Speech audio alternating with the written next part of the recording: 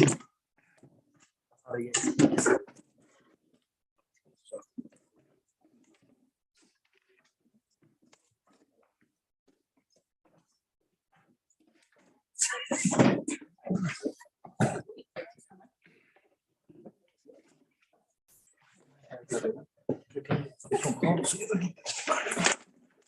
get rid of this live stream.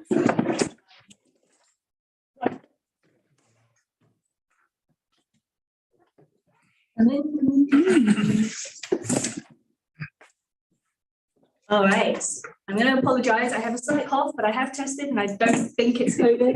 I'll try and stay 2 meters away just in case. Someone told me earlier that the advice was to stay a quart's length away from people.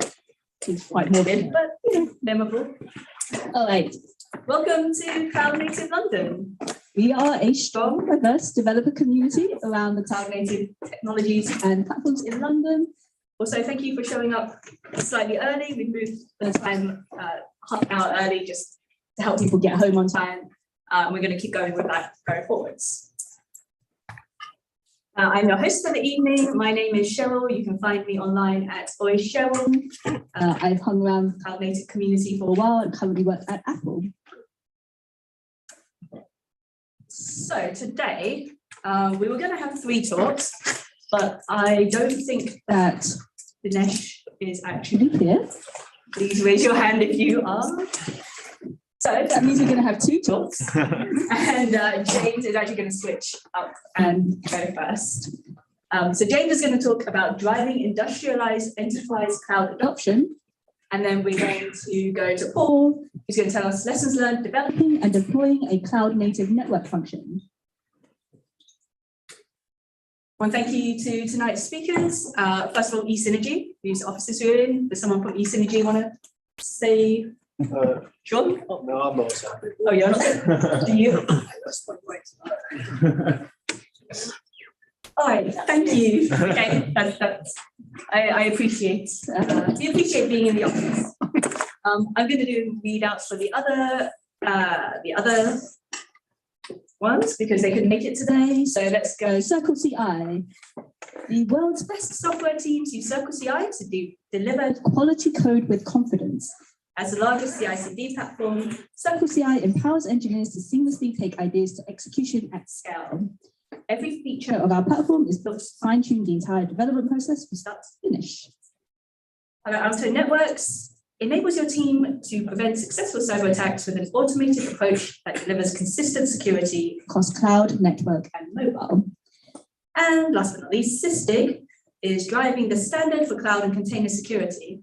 With Sysdig, you can prioritize software vulnerabilities, detect and respond to threats, and manage cloud configurations, permissions, and compliance. Your teams get a single view of risk from source to run, with no blind spots, no noise, and no black boxes. So thank you to all of our sponsors for keeping us going on pizza and drinks. Now, I want to know a little bit about you. So please grab your phone and go to this link, oyshower.com/p. We're going to do a little bit of live polling. I'm going to ask 2 questions about you and then 3 questions about how you run cloud native. So when you go to this link, you don't need to download anything. It's just a service poll everywhere. You don't have to put your name in. Just skip. Go to this oyshower.com/p. First question, is this your first time at Cloud Native London? Yeah, you should see a yes and a no button, just hit whatever, whether it's your first time or not. Ooh, the yeses are definitely pulling ahead. Look at that. Okay, no, coming back in. Looking like 2/3, 70% new. Sorry, what was the URL again? Oh, oyshower.com, oicherbyl.com/p for poll. There is a longer one up here. The short one's the easiest type, I think. Cool, nice. And then there are also people joining us over YouTube and Twitch, so they're also participating in this. Looks like it's settling down nicely. So majority are new, first timers, which is really exciting. I'm so happy that you're here. Okay, next question. What is your job title? Just pick whatever is closest to what you do. The options are architect, application developer, backend developer, engineering manager, SRE/DevOps engineer, security engineer, or anything else. Okay, looks like a lot of other and quite a few backend developers. Anyone who has put in other want to say what they do? Account management. Account management, way. Really boring, I know. No. Nice to see some backend developers actually. Usually it's sort of majority SRE DevOps, so I'm very pleased actually that there's more backend developers there. Very cool. All right, who comes from a telecommunications background? This is a question from Paul. So let's see how many people say yes and no. What were you hoping for? About that, I thought it would be. Yeah. Thought it would be about, yeah, okay, looks like we've got about a quarter from telco. 3/4 not. A quarter's pretty good, actually. I think it's pretty good. Very cool. Okay, looks like people figured out this yes/no polling. Let's move on. Are you working on cloud projects or something cloud related? So your options are no and never have. I have in the past, but not currently. And yes, I am working on one right now. Right now, this second. As you're here. Right. 70% saying yes, they're working on one. This comes from James. So James, is this what you were hoping for? Yes, I'm in the right community for it. Yeah, definitely. If people would say no, I've never worked on a cloud project. But interesting to hear from the people who said no and never have. What are you working on? Whoever answered those questions. Anyone want to volunteer? Want to shout out? And also, what's your reason for being here tonight? Is it to learn more about cloud technologies, how enterprises move to the cloud? No. Go, yeah. No one's. Oh, yeah, please. I'm working on a. Do you want the microphone? Have the microphone. There you go. I'm working in a company called the 3IO. It's an open source community that everyone can contribute, and we prevent misconfiguration in Kubernetes. Okay. Excellent. Cool. Nice stuff. All right, thank you. Hey, and one more question. Last one. How many cloud projects have you worked on? I'm very curious, James, actually, how you define distinct cloud projects. What are your thoughts on that? We could do it end to end. So from design, Take the mic. sorry. Benefit of recording. We could do it end to end. So design, build, deploy, run. Or it could be, like you said, a particular part of the cloud. So it could be a container workload, it could be building a DevOps pipeline, it could be building a new data platform. So I think a lot of people have worked on some aspect of it, wouldn't they, rather than a full end-to-end implementation or transition to cloud. Oh, looks like a lot of people are claiming 10 plus. Kind of a good range, good spread, I feel. Not so many absolute first timers, but it'll be interesting to see how they relate to what you're going to talk about later. So thank you very much for participating in our live polling. We're going to use the same one for asking questions to the audience, to the speakers rather, so that people who are watching online can also join in and ask questions. So keep that link with you. Okay, I need a selfie for the social media. So please sort of like smile and look happy. Oh,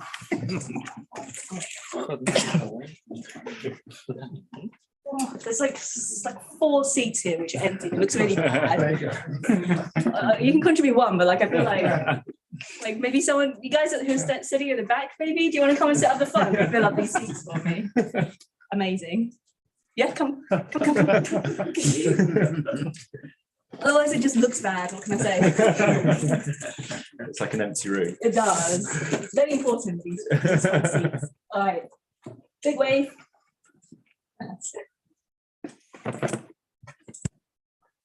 Thank you very much. And with that, we're going to hand over to James. Thank you. So thank you very much, and a round of applause for James, please.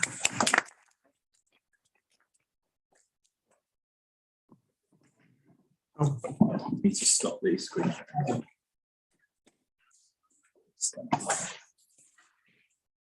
Let's test.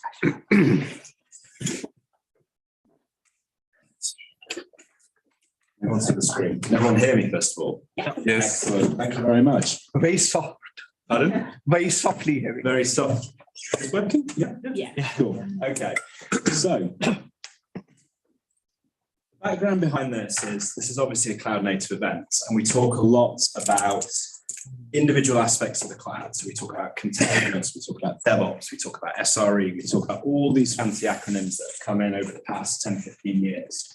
But actually, what I wanted to do was zoom out and look at the bigger picture. So how organizations actually transition to the cloud? It is a massive journey, as we know, and a lot of you will be working on projects that are helping to implement cloud native technologies for your respective customers or for the companies that you work for. And it's not just a build something, deploy it. There's a whole process that companies go through and a whole framework that companies go through to actually try and drive not only transition to the cloud, but also how do we adopt those practices and move away from potential on-premise and legacy technologies and actually start to use the technologies that are available in the different cloud providers.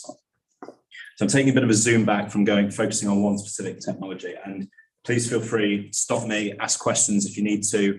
I know we've got the poll if you want to ask any questions, and people online, please do feel free, and I'll hopefully provide a good answer at the end of this session. So my name is James Cull. I'm what's called a head of engagement at Tecknuovo. So I look after our public sector accounts. So Tecknuovo, we call ourselves a deliberately different consultancy. So we work in a variety of different domains: cloud, DevOps, infrastructure, software development. We run a 100% associate model, and we try and not eke out engagements. So we have something called deliberately different, where we try and act differently to other consultancies. We try and act as the specialists, and we don't want to be on engagements. We want to do short, brief engagements that really help focus in and solve the customer's advanced problems. So tonight, first of all, looking at the overall cloud market, what the factors are behind enterprise cloud adoption, barriers to that, how companies actually go through that journey from start to finish, hopefully, what the benefits are, and then we're going to talk about one of my customers, a very small marketing company who've actually gone through this journey and actually trying to not only move to the cloud and move to a single cloud provider, but actually how to further utilize the technologies that are available to them as well. So my background, consulting, so I've been around Capgemini, PwC, Contino, which is a small consultancy based not far from here in Liverpool Street. And then I was at Salesforce for 3 years in their pre-sales division. And while I was at Salesforce, I wanted to learn about the different cloud providers and actually learn the technologies that our customers are using in AWS, in Google, and in Microsoft as well, and actually how those integrate with a large enterprise solution, software solutions such as Salesforce. So first of all, let's take a look at the cloud market. So as we all know, AWS still rules the roost, 31% of cloud-based spend. But Google Cloud is actually the fastest growing cloud, and I'm sure a few of you are actually working on Google Cloud at the moment. It's gaining a lot of traction in certain industries. They're looking at financial services, they're looking at media, they're looking at retail as well. But AWS still holds the biggest market share. But 62.3 billion was the worldwide cloud spend. It's a huge amount. The others mostly fall into things like Alibaba for China and the Chinese market, where there's certain data residency restrictions. But AWS still the largest cloud provider. Google growing massively. Microsoft, they tend to do big multi-year deals, 100 million, 1 billion. They tend to go after the large enterprise workloads. But all three providers have vastly increased not only their availability around the world. So, for example, AWS is moving into the Middle East, Saudi Arabia being a perfect example. And they're also offering a much greater service offering as well. And Google Cloud Next has just been this week. There's been a lot of new product announcements there as well. But all of the companies are innovating. All of them are bringing new products to their customers. So why is adoption increasing in global enterprises? So the first is around cost and time drivers. So the ability, as we all know, to be able to spin up a cloud environment in minutes, not hours or days, is really, really key to enterprises. If you think back in the old on-premise days, if you wanted to build a new server, you had to go and provision it, you had to go and find the necessary infrastructure, you had to go and connect it all up, you had to find a rack in a data center somewhere, you had to then connect it all up, build it into your network. Now you can switch on a virtual machine in, probably someone can do it now, well, before I finish this slide, it really is that quick. And the ability to spin that up very quickly at a vastly reduced cost, because think about it, enterprises don't need to maintain expensive server farms, they don't need to pay IT staff to maintain that, they don't have depreciation on those assets. That is all owned and operated by the cloud service providers, and you pay a usage fee. So whether that's in minutes or hours that the instance is on, or for example, with some, the amount of usage that goes to that different product. From that, flexible IT models. So the big thing is shifting from capital expenditure, which is called CapEx, to OpEx, because obviously they don't have the infrastructure on their books, and they can run that as just operational expenditures, which is the usage or the bill that you get from Amazon or Microsoft or Google each month. So it allows them to move away from actually investing in infrastructure to freeing up those resources to actually invest, for example. So that could be bringing new products to customers. That could be building and starting a new project, because they've actually shifted that money from paying for expensive infrastructure in a server farm somewhere to being able to use that investment for other things as well. Again, you don't need to invest in their different data centers, offering differentiated services, quicker time to deployment as well. Rapid innovation is huge with cloud providers. Rapid prototyping innovation, we know that we can deploy things very, very quickly. And these can be released globally to customers within a few clicks. Within 1 click or 2 clicks, that can be live to customers, whether it's a new feature, improvement, whatever it may be. And as we know with things like software as a service, so think of your Workdays, think of your Salesforce, think of your Microsoft Dynamics, they offer enterprises the ability to actually take away that management of IT resources. So there's no person actually sitting there keeping the lights on. That vastly reduces the cost, the time actually spent upgrading these legacy systems. We know with software as a service, updates are often pushed automatically, and that means that new customers or existing customers can benefit from those features straight away. They don't have to go through long, complicated upgrade cycles as well. So from the benefits, what are the barriers? There's still, as I'm sure a lot of your customers or the companies that you're working with, there is still this struggle with an on-premise mindset. Businesses have invested heavily.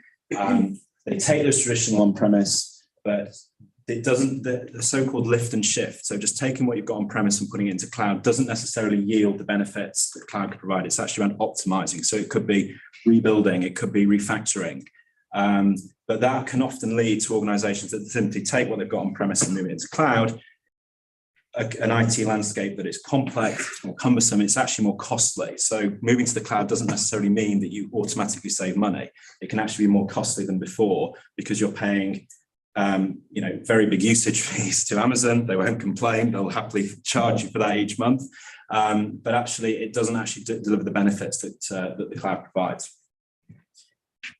End-to-end transformation is very, very difficult, and trying to get every single person in that enterprise aligned to the benefits and to actually the mindset of moving to this can be very difficult as well. And it's around aligning people, it's around aligning processes, technology, and then also the data that supports all that to provide the delivery execution that will go and actually help organizations move. We talk about SRE, we talk about DevOps, and again, it's around ensuring that there are those automated engineering techniques, so we can release new features automatically, that we do work in an automated way and an agile way, and that we do leverage those new capabilities as well. Really, really important.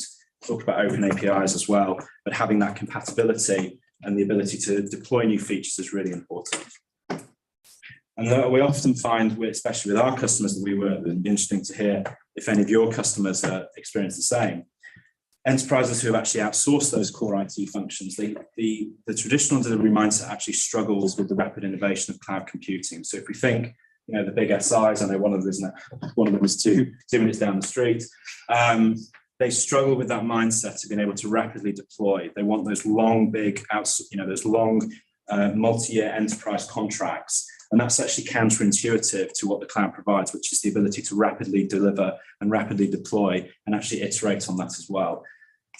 As we know, the big SIs, they're hugely investing in not only people, but also their cloud capability. So that mindset is sifting. But if you do think, they do have long contracts with enterprise customers, which is just maintaining those on-premise environments, the shift to the cloud can be slightly different as well, can be a bit of a culture shock for them.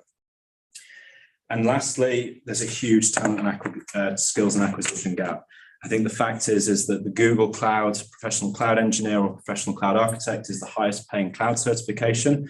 That's in the US, and that's for permanent employees. So I'm not sure what it's like on the contractor market, but it does show that organizations are really in demand for these skills, and there is a shortage of them.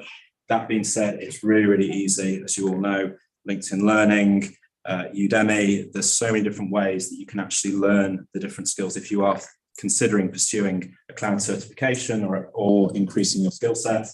Very, very easy to do so as well. So what does the enterprise cloud journey look like? Well, first of all, it starts off with their objectives, and we've talked about that. The ability to be agile, it's a very overused word, the ability to bring new products to the market very, very quickly, that elasticity, so you can dial up and dial down your usage very, very easily. If you need a new server, if you need a new virtual machine, if you need a new database, it's a few clicks and you can switch that off pretty much straight away. There's no need to go and mothball things in the past. And then again, with the cloud, as we know, the availability, it's huge. When one cloud provider goes down, as has happened over the past few months, the whole world, Facebook shuts down and Netflix shuts down, and it does actually make you realize how reliant we are on this technology. But they factor that in, the resiliency of that to withstand outages, but also the 99.9999999% SLA that they sign up to, that they guarantee that availability, which I think works out something like 1 minute of downtime in 6 months or something. It's very, very low. And even then, organizations have backup plans as well. And then again, some of the solutions. So a few of you will recognize these. I'll call some of them out. Obviously, a business case that comes into there, talking about multi-cloud, multi-region, really, really important for disaster recovery and resiliency. We talked about CI/CD, and there's a few DevOps and SRE people here in the room. Microservices, I know someone was working on Kubernetes and containerization. I know Kubernetes, there we go. And then this whole new topic, which is called FinOps, which is now starting to become a huge topic for customers, which is how do you actually optimize your cloud spend? How do you actually move your workloads to an optimized environment that doesn't cost huge amounts of money? So that could be refactoring, or it could be moving to a different instance, for example, or a different virtual machine. But there's a whole new kind of study coming up around that of actually how to lower your bill for enterprises, because it does affect the bottom line as well. And then again, the outcomes have called it out: modernization, optimization, enterprise DevOps, that increased automation, and very, very importantly, forecastable return on investment. So when a company actually do this business case, they can actually say, these are the outcomes that I'm going to get out of this. So how do organizations migrate? Simple three-step process. First of all, planning, second of all, mobilizing, and then third of all, actually migrating, modernizing, and then adopting as well. So companies will go through migration readiness assessments. So looking at everything that they've got on premise or everything that they want to migrate to the cloud. Obviously, there's a business case that gets signed off, TCO, total cost of ownership, how much is it going to cost for that? And then some of the accelerators as well that can help that. So briefing of workshops, hackathons are really popular. I'm sure a few of you have actually participated in those, which is how quickly can we stand something up on an AWS instance. And it's a nice way of actually gamifying this whole experience. Again, around readiness and planning, so discovery, a bit about centers of excellence. Landing zones is a great option for some organizations where you actually build a pre-configured cloud environment that can just be deployed very simply with all of the security, all of the network features in there as well. Planning, and then really, really important as well, security and compliance, which, as we know from data leaks, they do make national press and they do really affect a company's reputation as well. So ensuring that the data is secure, that it's compliant, especially if it's a regulated industry like financial services or public sector, really, really key there as well. And it's also important to say that that can sometimes be a blocker. So some organizations are reluctant to invest or to move onto the cloud because of security concerns. You know, data centers can be hacked. My data's not safe if it's not in the basement, that kind of thing. And then the 3 stages: migrate, operate, and then optimize as well. And then again, the supporting clouds, there are obviously more as well. So benefits, performance, we've talked about the agility, actually bringing that customer and also developer experience as well. Really, really nice to use new services that aren't possible on premise. So there's lots and lots of different innovations going into, and as you can see from the releases from AWS, from Google, they are constantly iterating and improving their products as well. Security as a shared service, and then actually optimizing, as we talked about, reducing that CapEx expenditure and moving to the OpEx model as well. And some of the ones that I've called out, for example, reduced failure rates, shorter lead times for deploying new features, automation, user satisfaction, obviously security and guardrails, and then also the license savings versus on-premise. But this is not exhaustive. There are lots and lots of examples of these, and these would all be contained, in, for example, a migration to cloud business case as well. And then finally, around how does this actually return? How do we actually measure this benefits and success? So this is an example that I've worked through. This is not reflective of any of our customers. It's just me inventing figures. But the first is we look at, what's the problem? What's the baseline that actually guides that? So an example could be 15% of changes that are deployed result in a reduced experience or a degraded experience. So what organizations can do is they can actually start to quantify that. So it could be that, for example, there's a 5-stage release to production, and that each stage takes 10 days for whatever reason: governance, internal processes, checks, all that kind of stuff. So that means that you can do a simple 10 times 50. It's going to take 50 days from when you actually think of this concept to cash. So actually, when do you start seeing the benefits out of this? The next thing is what is the driver that we're trying to improve? So this will be at a strategic level for an organization. So reliability, or for example, we want a quick time to market for new products. Then it's about marrying that back to the building blocks. So what's the technical or the non-technical solution? So in the case on the left, it could be we need to simplify our CI/CD pipelines. We need to bring in an API gateway. We need to look at infrastructure as code, so Terraform, for example. But not just from a solution perspective, it can also be from a ways of working. So, for example, we need to do better design. Why does something fail? Because it hasn't, because it hasn't been designed properly. We may have to simplify the release process, which may be a wider battle within an enterprise for various compliance reasons. But it's about marrying those back to, what's the actual fundamental, what's the solution to this, and how do we actually implement that? Then it's about looking at the outcome. So it could be from 15% of changes, we've actually gone down to 7%. So you can see we've reduced our time to cash or concept to cash from 50 days to 60 days, to 6 days by, first of all, as an example, reducing the number of time it takes through simplified release processes, 2 days, and actually we've shortened down the number of stages that it takes. So a very, very simple example, and there's more complex examples, but being able to marry the outcome back to the solution, back to the driver, back to the problem, really helps quantify why an organization wants to do this, or what you're working on is actually relevant to a business as well. And then again, looking at the results. So it could be we're spending less time on defect fixes, we've actually increased customer retention, or we've actually attracted potentially more customers because we've pushed a feature-rich product to the market or a better product to the market. Lots and lots of examples there. And then finally, to keep the CFO happy, because he wants to know, right, what's my return on investment for my cloud for this? It's very simple in terms of quantifying it. So it could be in terms of man hours, costs to the business, money saved from moving to the cloud, for example, less time spent on release processes. There's easy ways to quantify the financial benefits, or there's also more complex ways as well. But again, that would relate back to the business case and what's been signed off. And again, like I said, example data, there's lots of different examples that we could use here.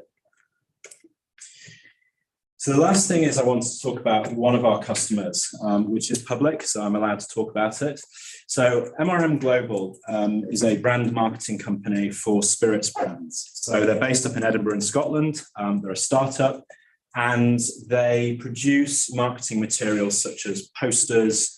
If you go into a bar and you see those little pop-up cards, that's all produced by them. And they're actually looking to rebuild a customer-facing application and their backing systems using public cloud. So the customer-facing application helps design all their marketing materials that then get sent off to the printers to essentially get sent to the customers or to the bars.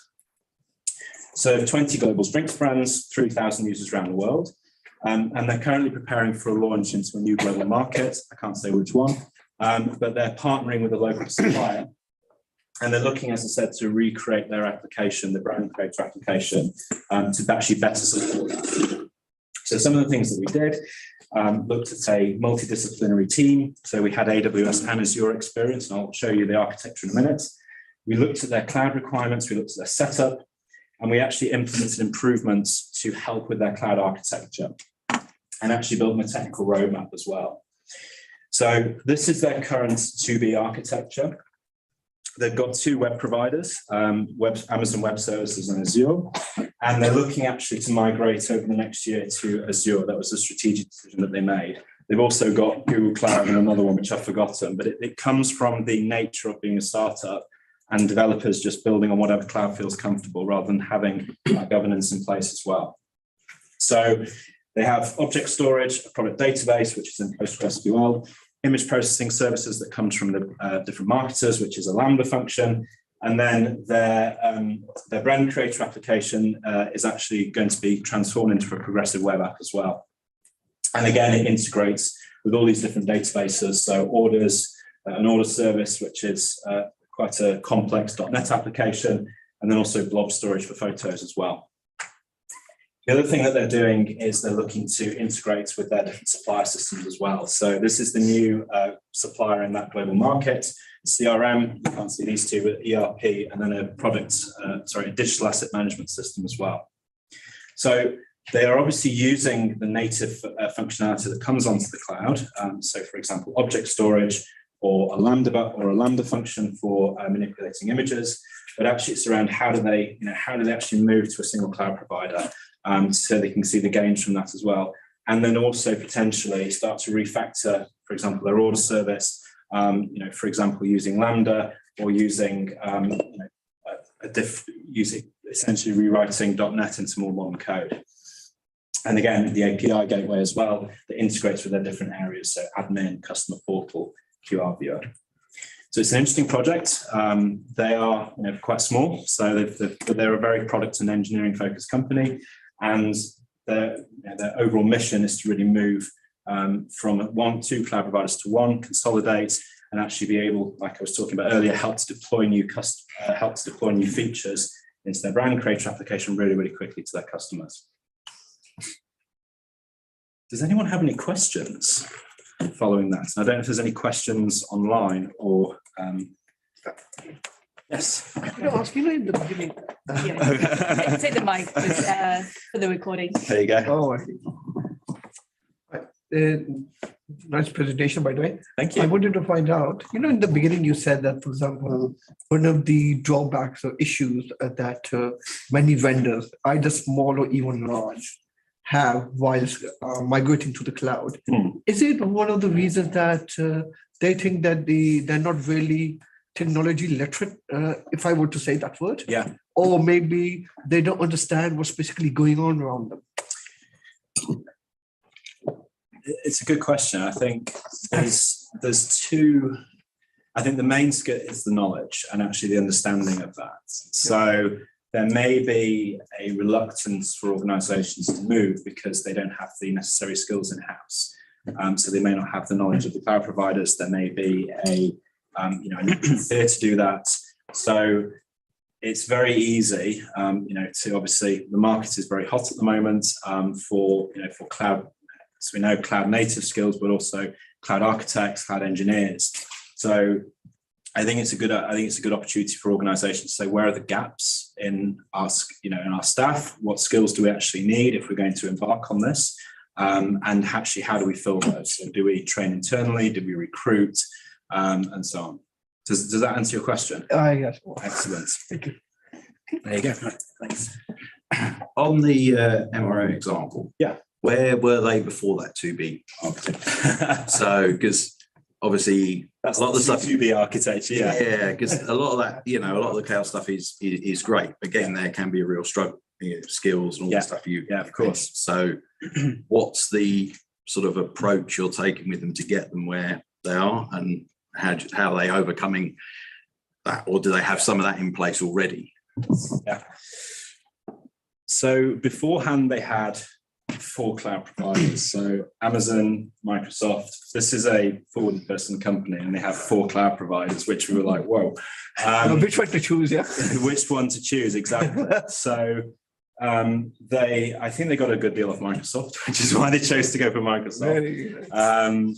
But where they were beforehand was there was no real governance about what cloud to use. So it would be the developer that they'd bring on a developer who, for example, who had GCP experience, and he would go and build something on GCP, and it wouldn't be in their accounts, and they wouldn't be connected to their pipelines. So it was a very kind of scrappy process. The CTO actually came on just as we joined, so there was some governance in there as well around proper deployment methodologies, proper development techniques as well. But for us, it was about looking at what their current setup was. The decision to go to Microsoft was strategic. That wasn't made by us. We don't influence that kind of thing. That's up to our customers, depending on what their preferences are. But through that, we dug through all of their AWS setups. So they didn't have, for example, disaster recovery. They didn't have role-based access control. They didn't have backup of their production space. Oh, that's bad. They didn't have monitoring in there. The database password for production wasn't changed in 6 years. So we kind of came up with a huge laundry list of stuff to say, this is the stuff that you need to fix, and this is kind of like high priority number 1. And then we built a roadmap for them to say, right, over the 3 months, 6 months, 9 months, what do you actually have to iterate? So, for example, role-based access control and monitoring is pretty important, as we all know. But then there was some stuff that we may put onto so for example, improving their cost monitoring, for example, FinOps. That may be something that's kind of a long-term thing. So again, with any cloud deployment, it's about looking at what's being done and kind of where the gaps are. And the cloud providers will help you, as you know. There's Amazon's well-architectured framework. I think Azure have something very similar, that cloud providers will actually help you run these searches or run these assessments against your own infrastructure to say, what do you actually need to improve? What are the kind of the red, amber, green, the red being really important fix now versus the green, give it in 3 months' time. Cool. So what's your experience? Oh, sorry, was there another question? What's your experience with customers adopting multi-cloud region? Would you say it's still early stage and limited to customers with more resources? So we have 2 public sector customers.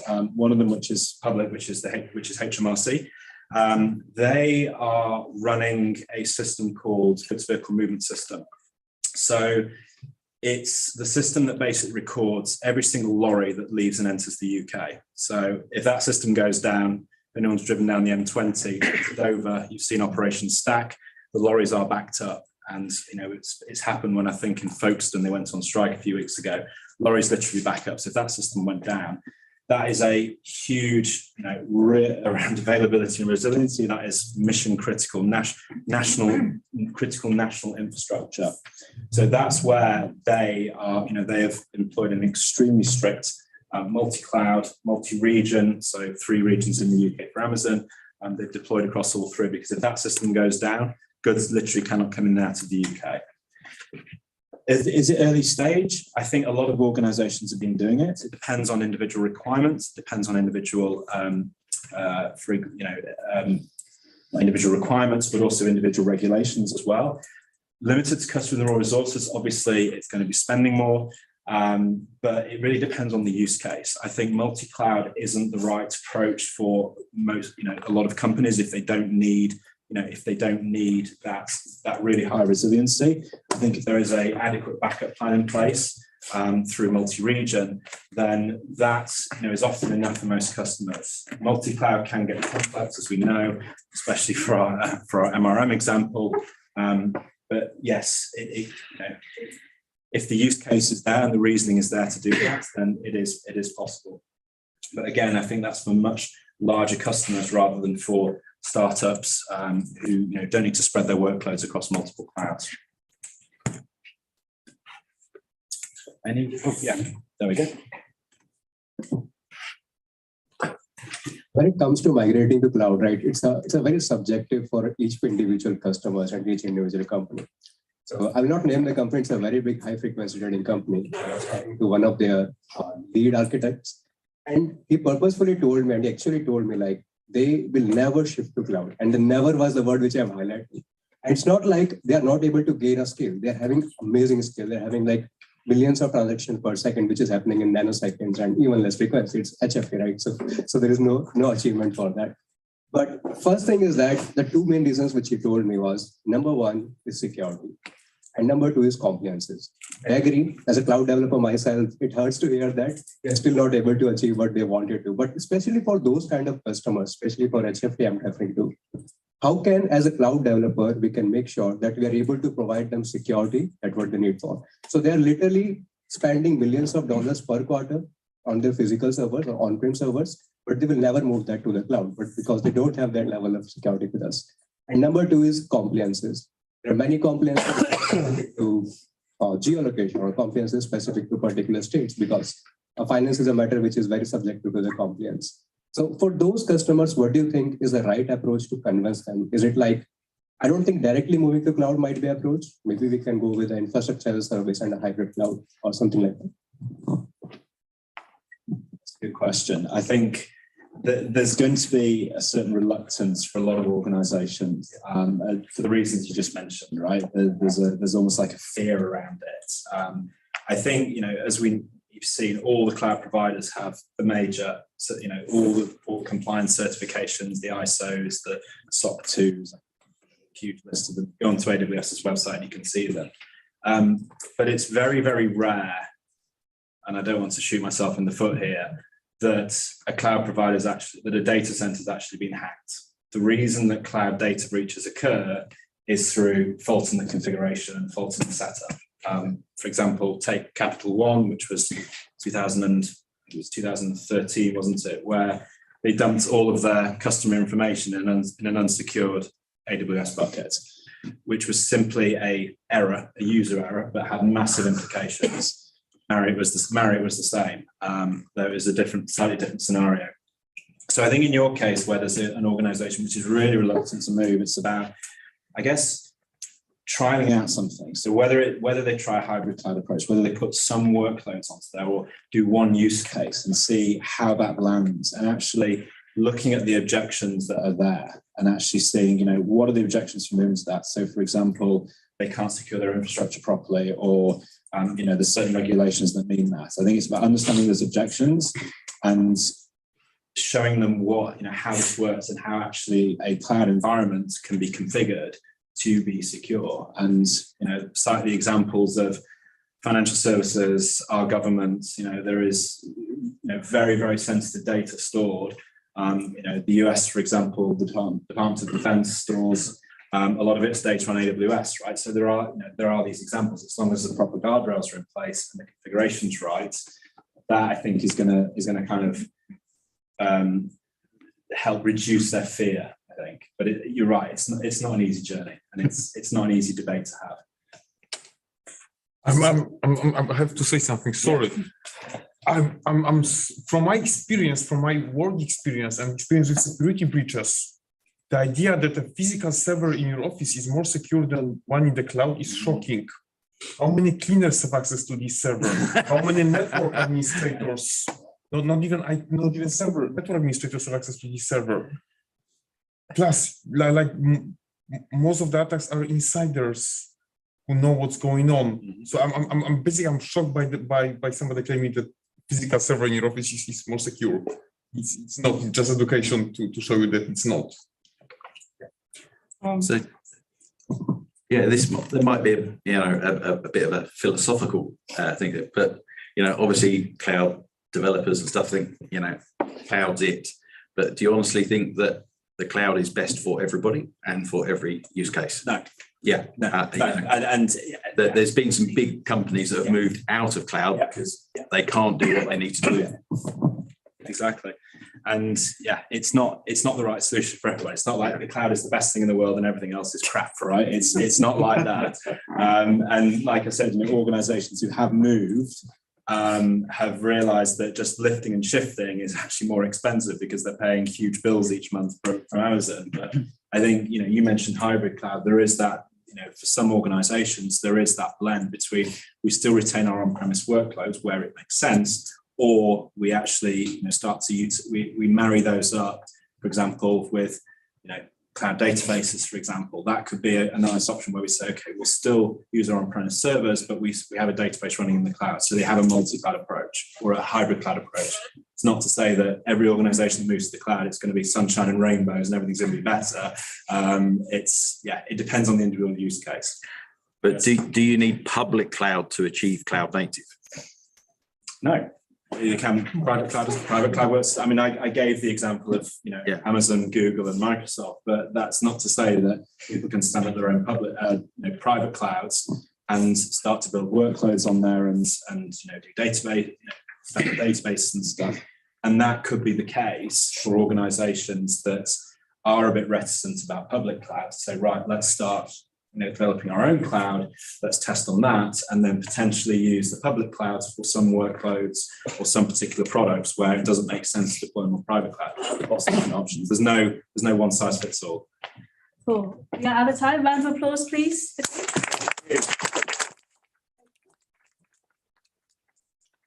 All right, we are going to welcome our second speaker, Paul. So we're going to hand it over to you.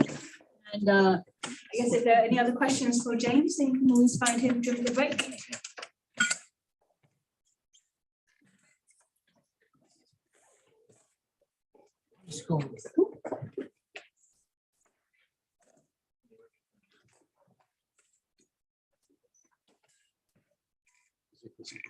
Yes.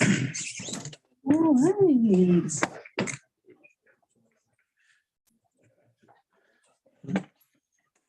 Okay, I feel like this is a time when I should practice my stand-up comedy. No, I'm not a stand-up comedian. I'm really not.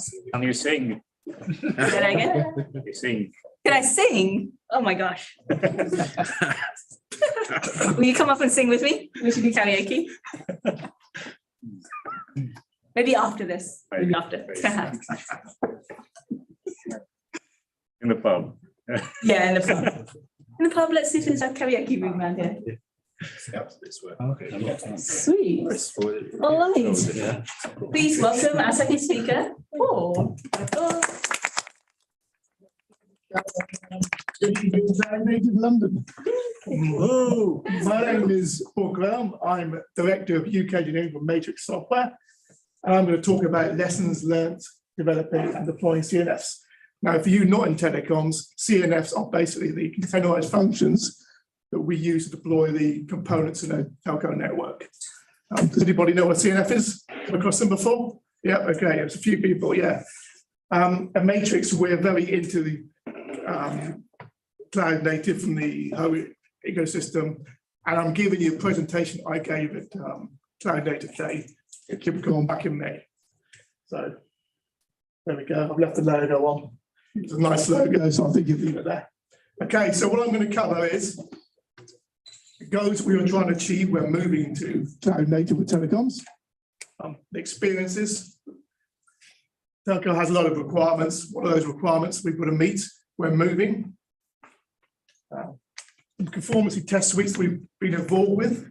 So if you want to go out and build yourself a cloud native network function, you can go out and get this conformity test suite and then deploy it into the cloud, in theory, right?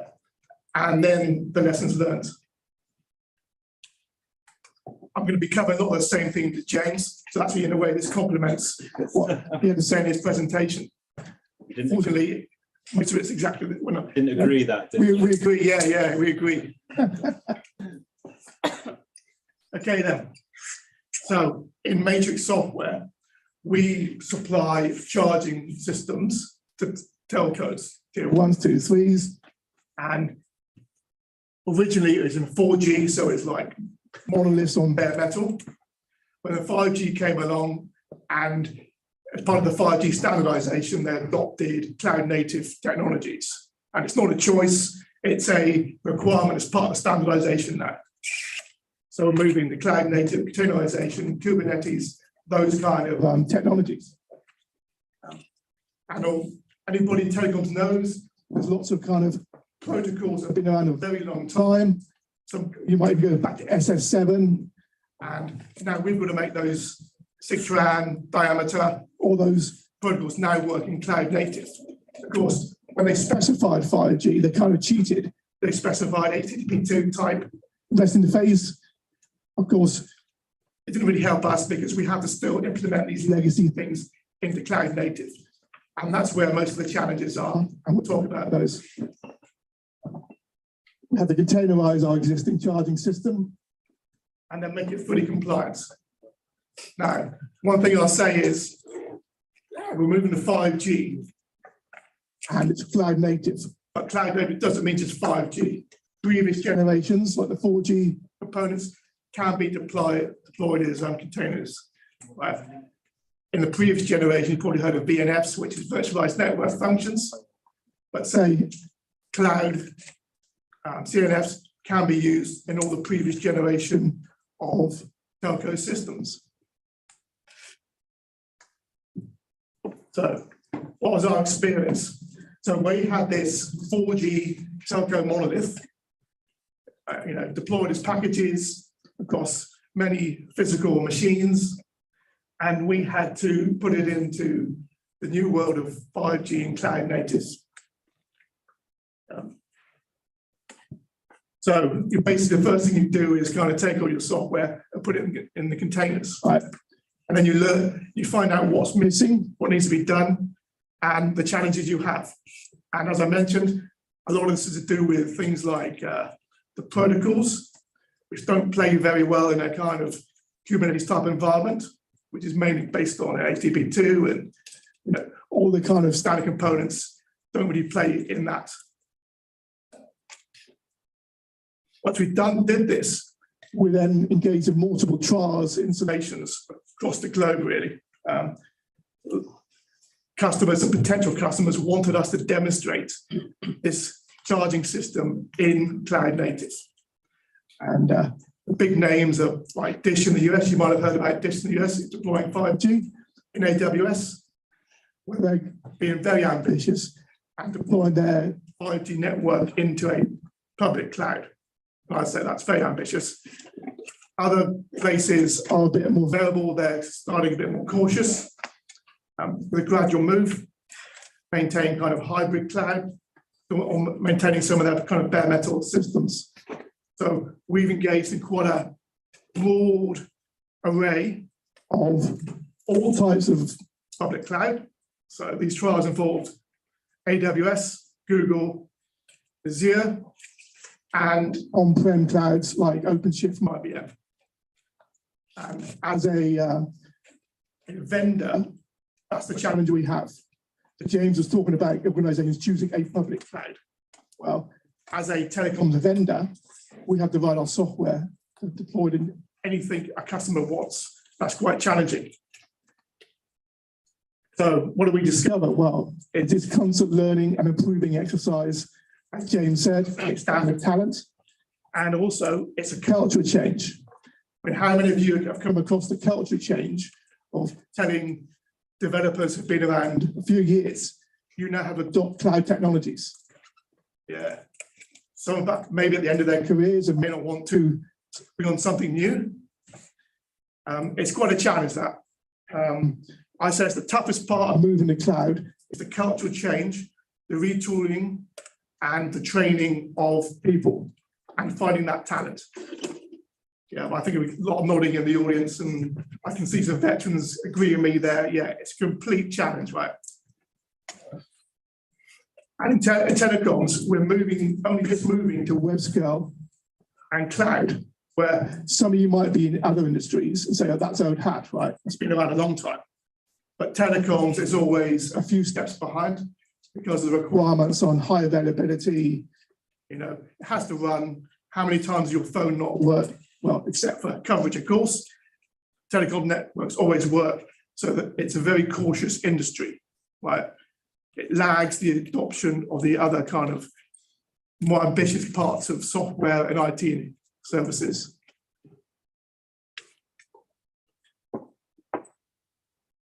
So what do we have to do? Well, I don't know how many people have seen this diagram before, but this is your typical 5G network architecture.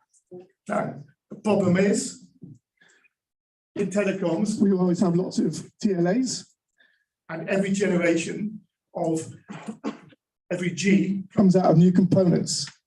So you may have heard of things like packet gateways, HLRs, SBCs, voice gateways, these sort of things, right?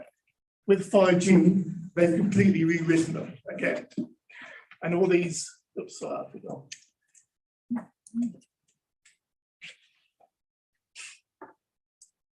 And all these components are kind of previous generation renamed and slightly modified. Right, so yeah, UDM, you know, money that used to be HLR, SMS, that used to be a packet gateway. So they make it even more challenging.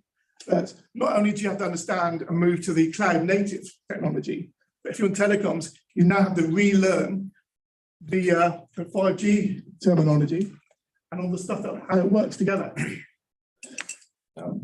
One thing about mobile is that we have the user plane, which is where all the data and the sessions great. That's where your video streams across. And then we had the control layer. Back in the day, this seemed like a very good idea. Okay, we separate the user and control plane. Unfortunately, what this meant was that we ended up centralizing everything in one place. And this induced lots of latency in the system. So now what you hear as well, you'll hear I moved to edge computing in telecoms because we had to take away the latency that centralization introduced and now move it down to the edge that get your kind of low latency applications that 5G promises. Now, in MATRIXX, what we produce is the charging server. So the charging server is known as CHF up here. That is one of the CNFs that we're talking about. We need to produce. Each one of these boxes here represents a CNF in the mobile network. In MATRIXX, we concentrate on producing this one here, which is this charging function with its own new interface. The idea is that in the end, anybody could put a CNF into a cloud-based cluster. And that's where we produce a set of guidelines to do this. Now with 5G, you probably heard terms like low latency and IoT type devices. Now to get the IoT type services and the sort of low latency, you need to have everything in the same cloud available together. So that's something else this tries to introduce. Right. So taking that CNF, the charging function, we now break it out into many components. So in a charging function, you have the network interfaces that talk to the telco network. You have the OSS, ESS type interfaces. We're talking about COM, things like Salesforce and provisioning.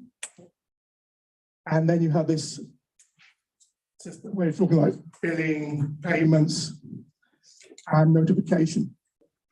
So this displays the complexity of what that CNF actually is when you expand it.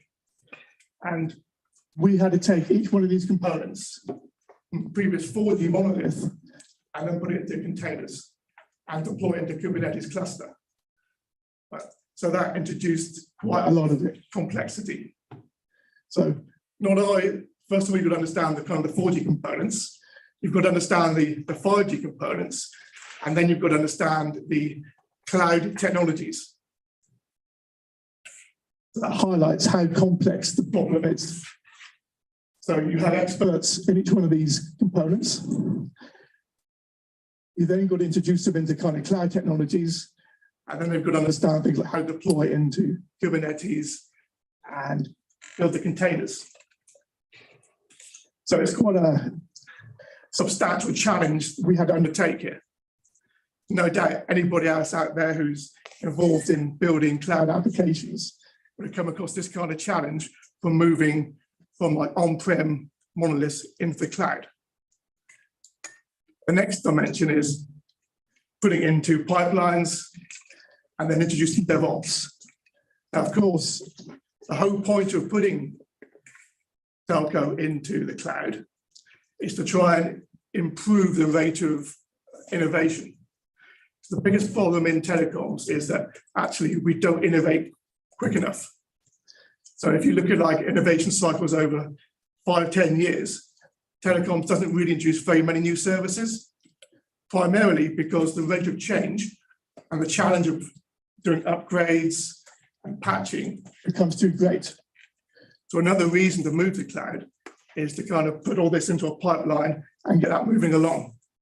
Now, I'd say the jury's still out on that one, because we've got to get everything to the cloud first before we can improve that rate of innovation.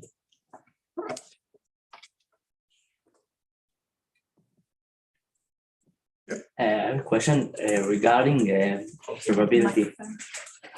Yes. What did you Regarding observability, what did you use for tracing? Tracing? Yeah. Yeah, well, that's a work in progress, right? And we're now looking at open telemetry. Yeah, I mean, telecoms is big on observability. You've got to understand what's going on through these components. And remember, when you create a session or a call, you're going through all these different systems, and you need to be able to track that. And yeah, open telemetry is one of the things being looked at to do that.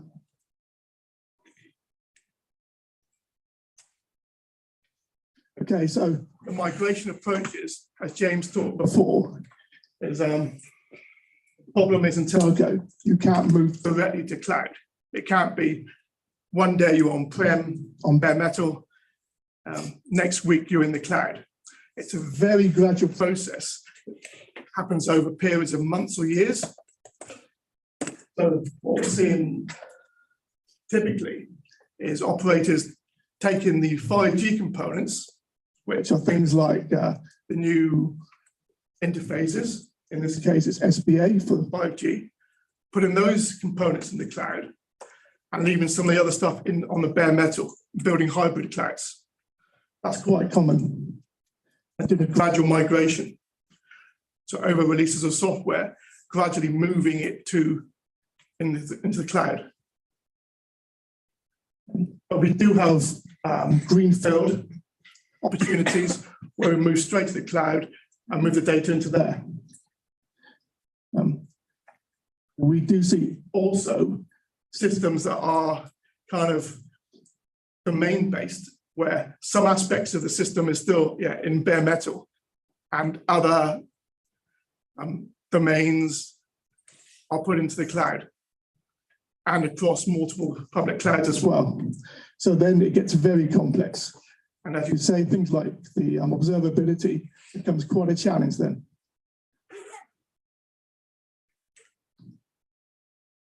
Right. So in telco, we are also restricted, as James mentioned as well. We've got something we always call the 5 nines. That's about 8 minutes of outage a year, I think. We have 50 years of legacy requirements we have to support. So there's lots of rules in telecoms.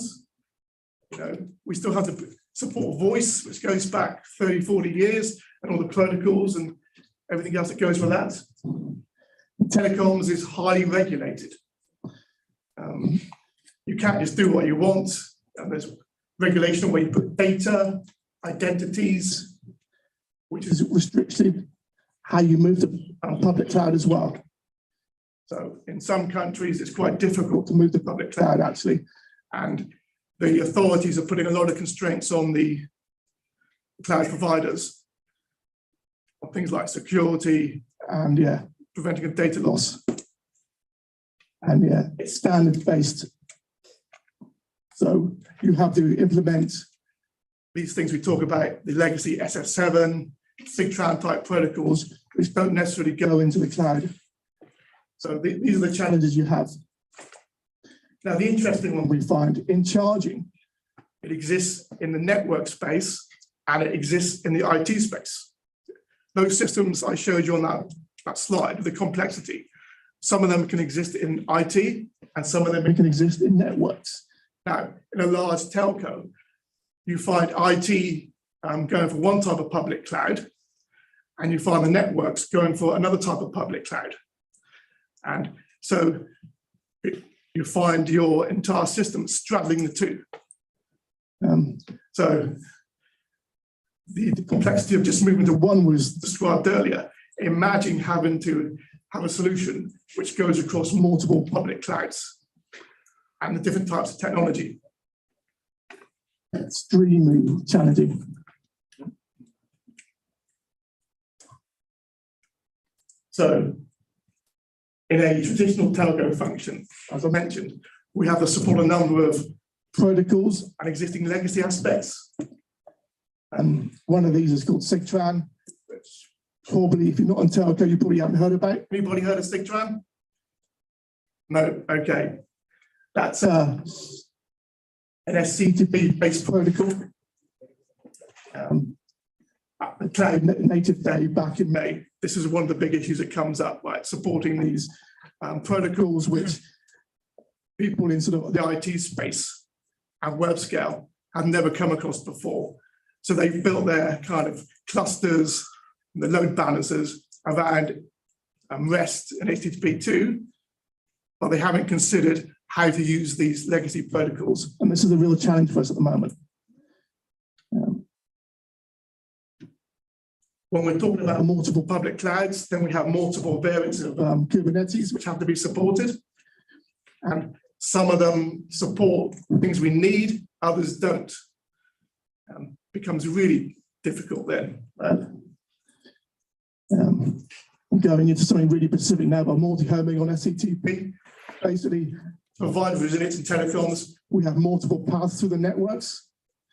And, you know, if you have your clusters and your basically software-defined networks and defining how the networks are passed through becomes a challenge as well. However, this stuff is becoming more mature, and as of Kubernetes 120, it's now supported. So the decisions you have to make when moving the cloud, how rapidly do you move the cloud? I mean, you know, this isn't a month's thing. This is a year project that in a telco can take a very long time. Say it's joining up, changing the culture, it's rewriting software, and it's maintaining all the legacy components in the cloud. We end up with hybrid architectures, and how do you implement those hybrid architectures? You know, the FinOps stuff is interesting because the cost comes into it. You could design something that, rather than saving you money, cost you a lot more in the end in terms of usage of the resources. And the big one in telco is, when would they let us go to CI/CD? Now, as I say, telecoms operators are very cautious about the deployment of software. And anybody who's been in the industry will know how you end up with these kind of multi-year projects just to do installation and upgrades. And they're so costly you take it 2 years to do an upgrade, you leave it there for another 2 or 3 years, and you come back again. Now, we love them to move to CI/CD because then that process becomes cheaper and quicker. But will they trust it? Would a telco trust shipping software out of your repository into theirs and deploying it to the network rapidly? So vendors have a lot of work to do there in the area of trust with telcos to enable the rapid deployment of software to fulfill that kind of CI/CD cloud native dream. Anybody that's been looking after your own clouds, you can deploy software in days, hours. You find a bug, you can deploy it because you maintain that cloud yourself. In a productized environment in telco, where vendors ship stuff to the operators, there has to be a level of trust being built up that's good enough to go into a network and won't cause any outages. And data, where can you put data? Core records, charging, we're talking about finance and money, and that's also subject to how you can deal with it. Again, it's about building the trust and proving to the regulation and authorities that you can actually put this stuff in the public cloud.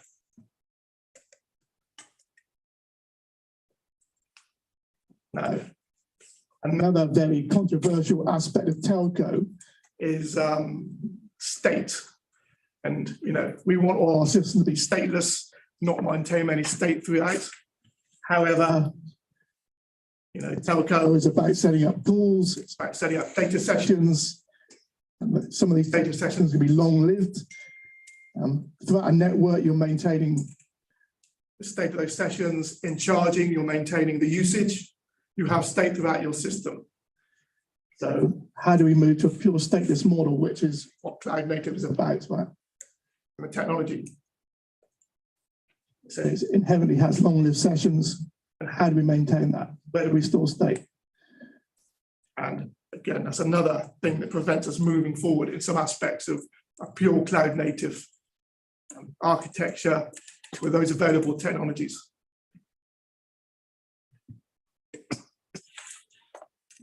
Right, so I've talked about the migration of a existing 4G CNF. But we did actually build a pure CNF from greenfield.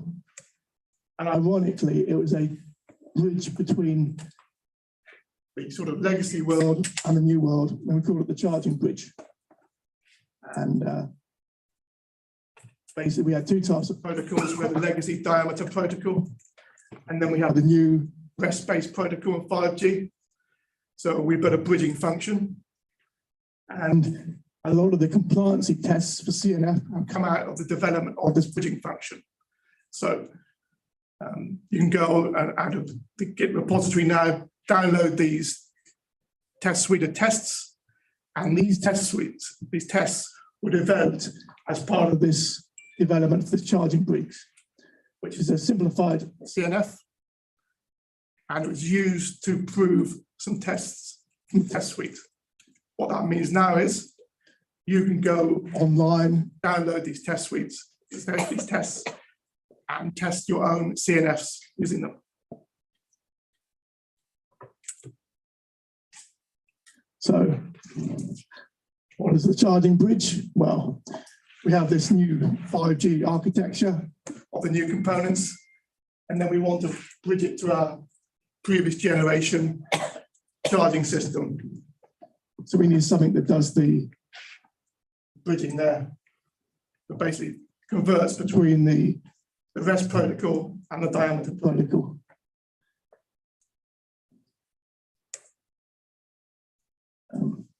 It was based purely on cloud native principles. So we have containers performing the interface on the 5G network, and that's called SBA. Service-based architecture and service SPI. That service mesh in between. Yes, you come across service mesh. Yep, standard part of cloud native now. And that bridges into the diameter containers. The diameter protocol up into the 4G legacy system from the 5G network down here. SMS, that's a session management system. And using this, we're able to prove the conformity test suite. Then get compliance against it, and then deploy it. So if you want to now build a CNF to go into that 5G architecture environment, you can take the test suite that was developed as part of this project, you run the test against it, and it will then conform whether it's able to run in that environment. Now, the important thing in that is we now have a way of going to somebody and saying, well, how do I build applications into a telco environment? And this is like a set of guidelines on how to build telco apps.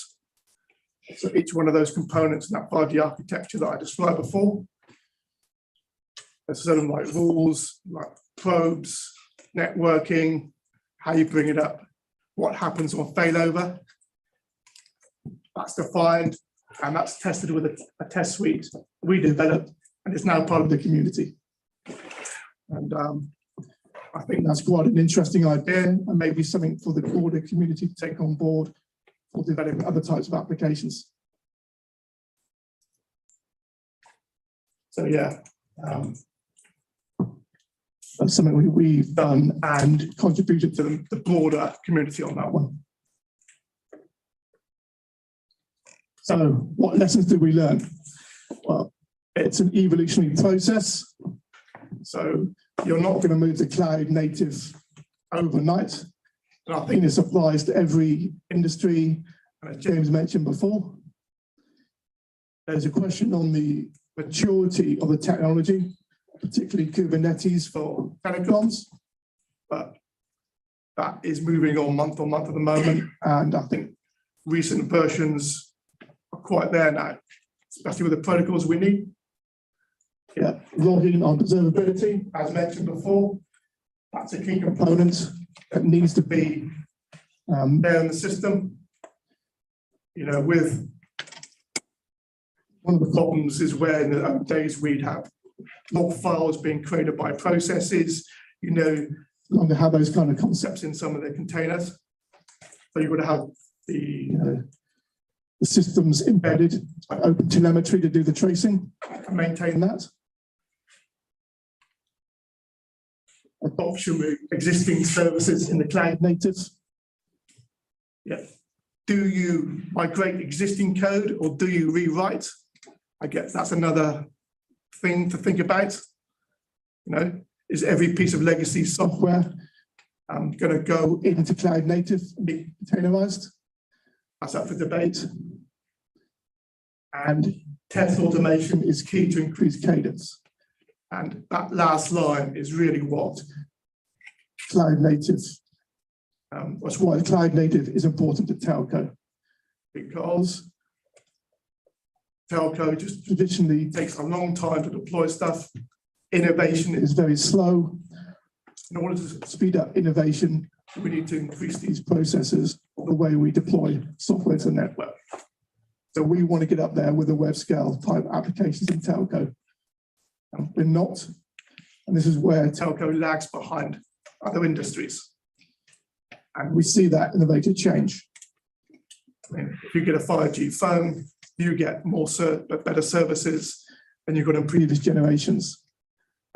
Probably not, because the services, it takes a long time just to get to where you are.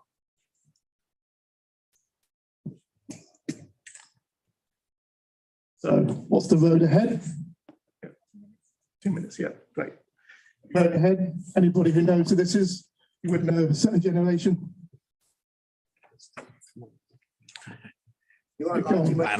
Bruce Banner, yeah, that's right, it's Bruce Banner.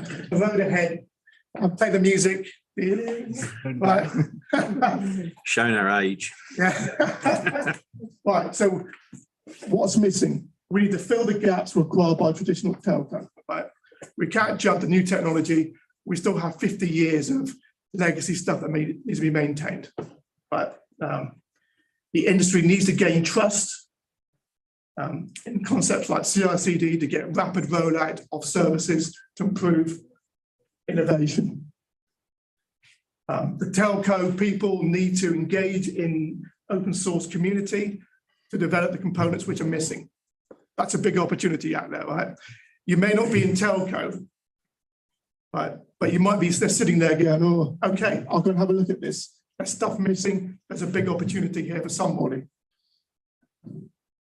And enhance the kind of test suite and the processes around deployment to make it easier to deploy telco applications to move it forward.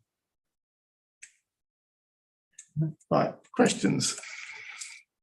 I know there's a lot there, right? And if not in the telco, some of that stuff is probably quite new to you. Go ahead. One question. Yeah. I have two questions. Okay. So the first one is, we talked about the challenges of moving to the cloud, but most of the diagrams you've shown were focusing on implementing everything on Kubernetes. So to me, if I'm running Kubernetes completely on-premise, I wouldn't really count it as cloud. So would you agree that most of the challenges you are facing is not actually moving to the cloud, but moving to a containerized microservices architecture on Kubernetes? And if that is achieved, it's actually a much smaller challenge to then move to a cloud. Yeah, absolutely. Yes, absolutely. The challenge is to move to Kubernetes, right? To take existing legacy software, say 50 years, we can't rewrite it into the cloud. We've got to move it there, and there are bits missing, and that's the challenge. We do use on-prem type cloud, like OpenShift from IBM. We have experience of that. So yeah, it's not a case of is it public cloud or not in the cloud. It's in the containerized Kubernetes environments, and that's the challenge. Small. Yeah. I'm aware that there are some platforms that sort of unify the development of applications that will run both on premise as well as on cloud. I know just one solution called Replicated. By using a platform like that, maybe will help. No, we're not. And one of the reasons is we're very much led by the operators and the decisions they make. So we kind of adopt the technologies that they've adopted. And at the moment, that's not what something would come across. Because the dishes of the world and the early adopters of cloud, they have a mindset of the technology they want to use for this. We haven't seen that yet. Thank you. Okay. Very expensive one. There you go. Thank you, Chair. Round of applause, please. We actually did have our first speaker, Dinesh. He showed up a little bit late. So we're going to take a 6-minute break now. Come back at 8 o'clock. For our third talk. And also, if you're interested in speaking yourself, Please go to this link. and We'd love to have you. so 6-minute break, and I'll see you back very shortly. He's missing in there. 6 minutes. I gotta get people going. on time. 5.5 minutes. Yeah, exactly. No, It's basically saying we have to go save the away. world. We have to save the world. Basically 5 saying minutes. go away. We have to save the world, man. No. No, Yeah. let it die. Like, when you say like, I was thinking where you knocked off. Oh, okay. There are, but it's still not very mature. We only got a few minutes. Yeah. Amazing. Yeah, thank you for introducing me. Nice to see you in person. Like icy food. I've seen you. No, thanks. Oh, sweet for me.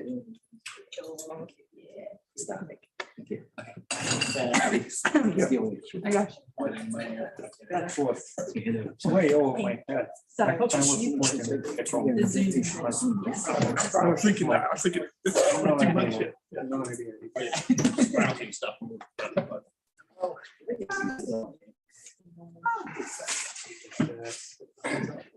Right.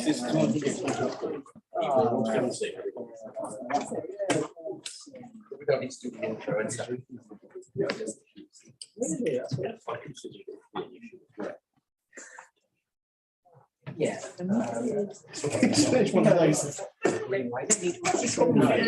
Probably is. I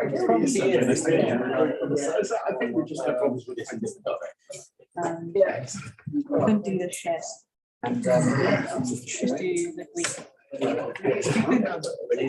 I'll turn this off. No, then I can probably navigate the panel. If you have your own. I don't know, maybe I'll just. No, that's a screen. That's fine. you have to do. Hi. We connected over meetup. Yes, yes. Like I wanted to give us now I see it's mid 2023. Like you conduct it like every month. Every month. Wednesday. Oh,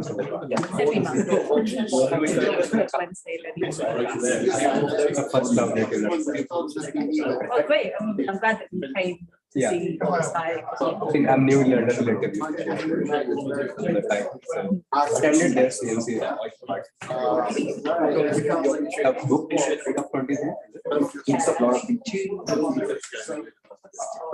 I'm going back to Kenya. Okay. Fair enough. Yeah. Can you book up? I saw them late redemption. Another time in ahead. There are some good things which I just talk about, like skills maybe or dragon recently explored. All this like these. Yeah, for me,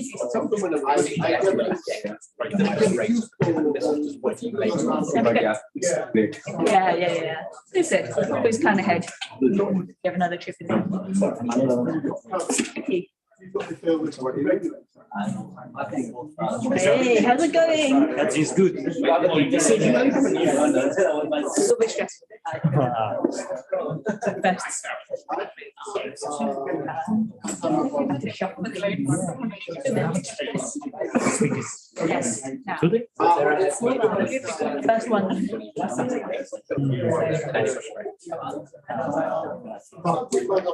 On that front. How are you?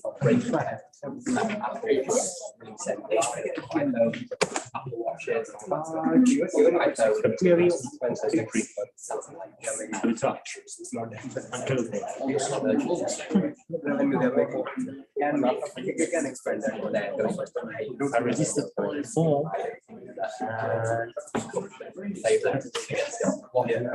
I don't know, April the next year.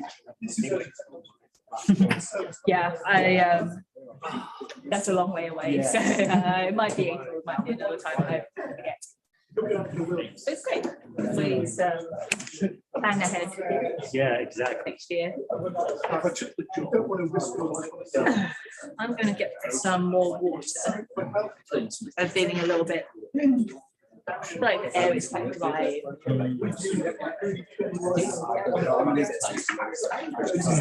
Hey, how's it going? I'm not serious about going. We're going to the pub.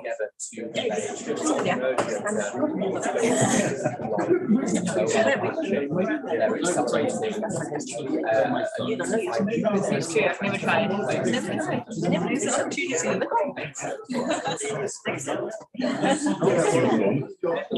Yeah, exactly. I'll just no slides, no preparation, just stand up there and stand up conversation.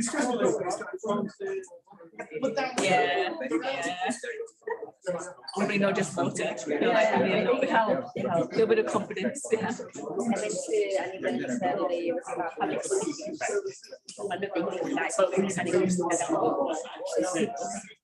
And we had one of the guys having a couple of years.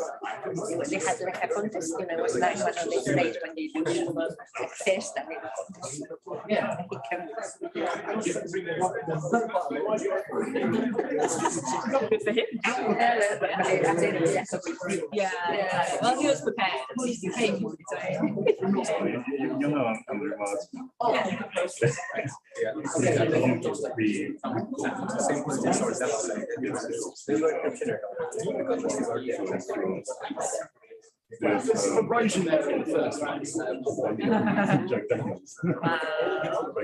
He's quite, I can see, yeah, and he's quite, yeah, he's got a lot of energy. Demonstrating how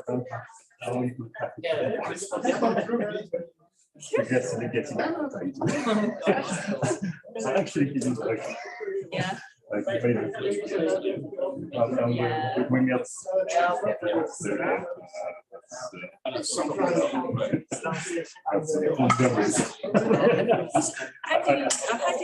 heard him speak quite a few times. So yeah, I can't complain. I've heard Andy speak quite a few times. He's great at presenting his information.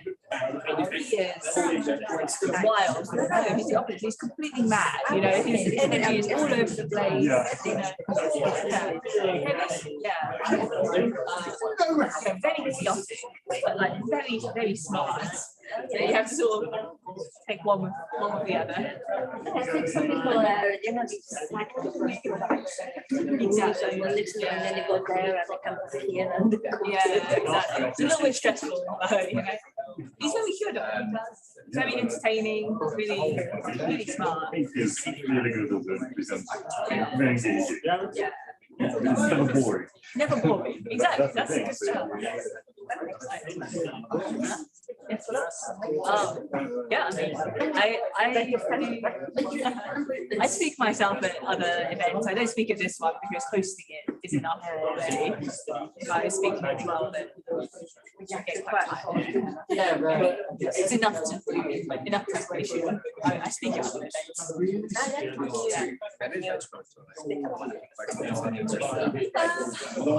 Open source, about native ecosystem.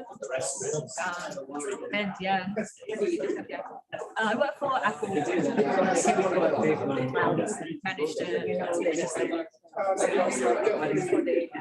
yeah, very much like tech engineer background.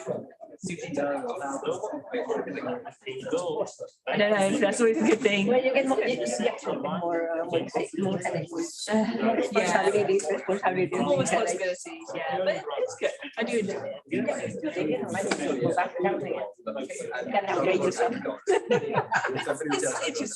worth it to learn. I like working with people. I'm going to get some more water, and then I'm going to start trying to round people back into the room to sit down. See you later.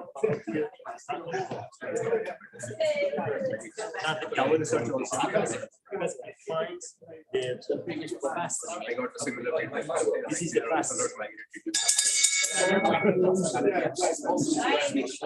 Okay, I really like a bell. Okay, I'm gonna stop. I share. This week. Never gonna put them I don't know.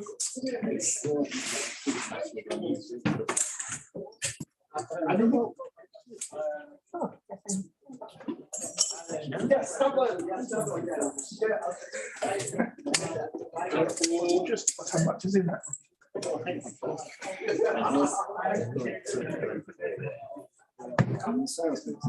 All right, welcome.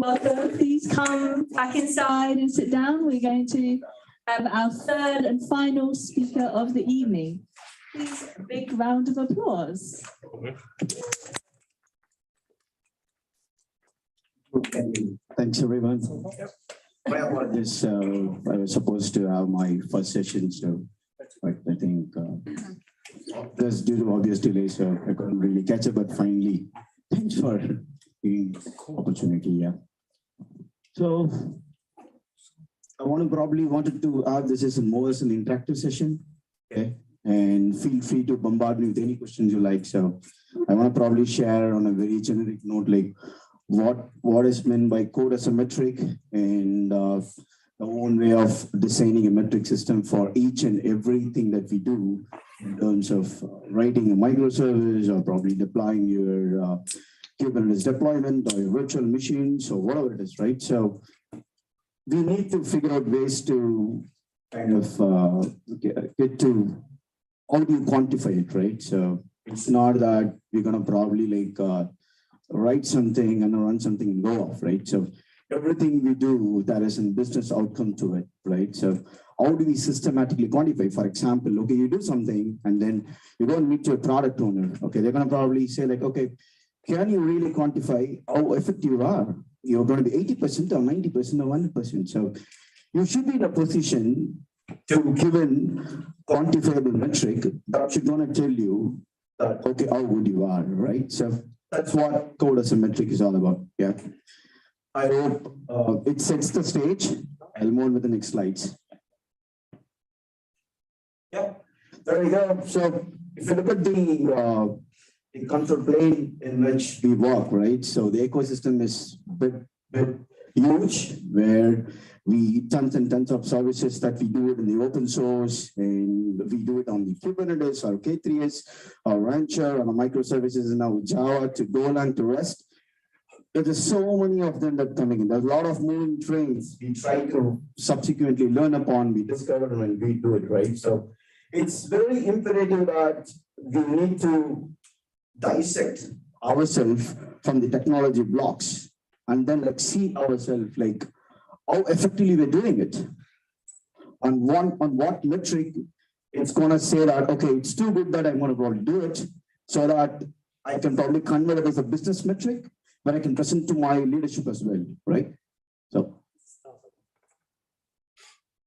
yeah, there you go. A typical layman program, right? So a programming guy who does the pipeline and then it just, everything works, goes fine. But the pipeline typically breaks out, or maybe the pipeline is not effective. Just wanted to correlate on the DORA metrics that every site reliability engineer would go through, isn't it? Sometimes, okay, my pipeline shows everything green, but it takes even 2 hours or 2.5 hours. So that's not the expectation, isn't it? So you see a delay there. The SLA that you manage, right? How quick you do. It's not that what you do, it's make more relevance on how quick you do with respect or subject to the SLAs.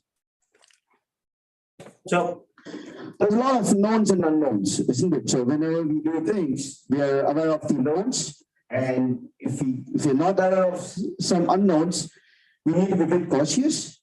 And at the same time, if the things we are not aware of and should not understand as well, right? So there's a bit of a blind spot, whatever we do, isn't it? So to eliminate the blind spot, you need to have a way to monitor your stack 100%. And how do you do it?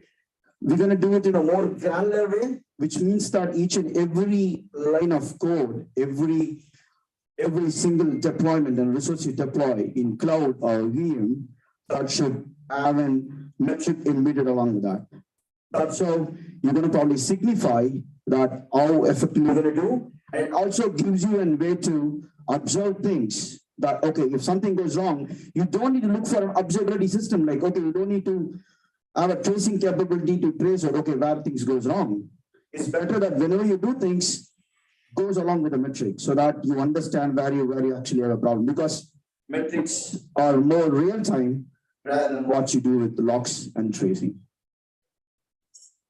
Yeah.